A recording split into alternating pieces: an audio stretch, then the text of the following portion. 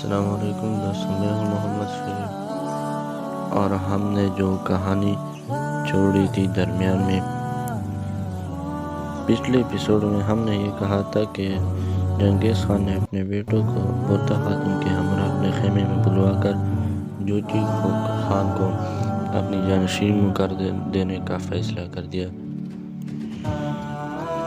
اس بار ہم بات کر رہے ہیں کہ جب دوسرے بیٹے چغتائی نے یہ بات سن کر اس کو یہ بات ہضم نہیں ہوئی، وہ اٹھ کھڑا ہوا اور اپنے باپ کو مخاطب کر کے کہا کہ اس کا مطلب یہ نہیں کہ آپ جوچی کو اپنی جانشینی عنایت کر رہے ہیں۔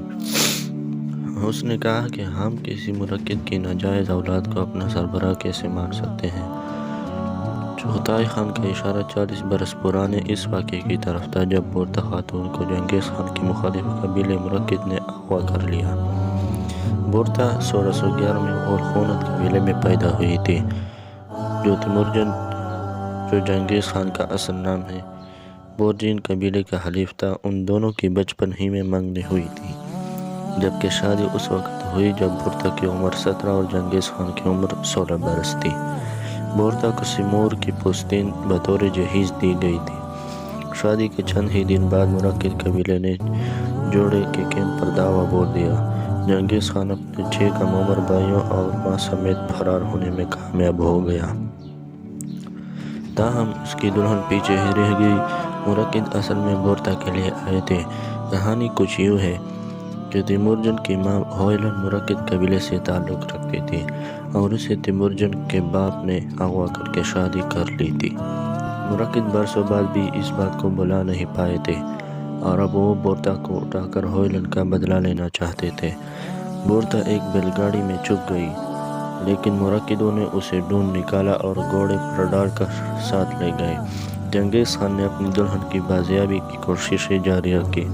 خانہ بدوش مرکب قبیلے وسطی ایشیا کے ہزاروں میل کے رقبے پر پہلی چراگاہوں میں جہاں جہاں جاتا جنگیز خان کچھ فاصلے سے ان کے پیچھے جاتا تھا۔ اس دوران اس نے ادھر ادھر سے ساتھی اکٹھا کرنا شروع کر دیے۔ اس کا ایک قول مشہور ہے کہ مرکبوں نے صرف میرا خیمہ ہی نہیں چیرا بلکہ میرا سینہ چیر کر میرا دل بھی نکال لے گئے ہیں۔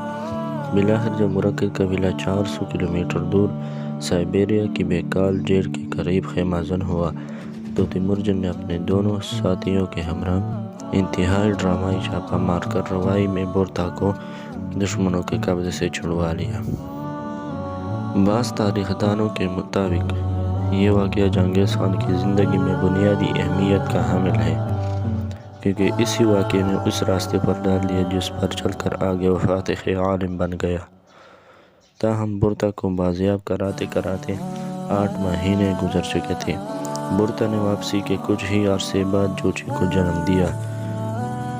اس وقت بھی 6 میں گویا ہوئی، لیکن جنگیز خان نے ہمیشہ جوچی کو اپنا بیٹا تسلیم کیا اور اب یہی وجہ ہے کہ اب وہ اس کو اپنی زندگی کا آخری دور میں اپنی جانشینی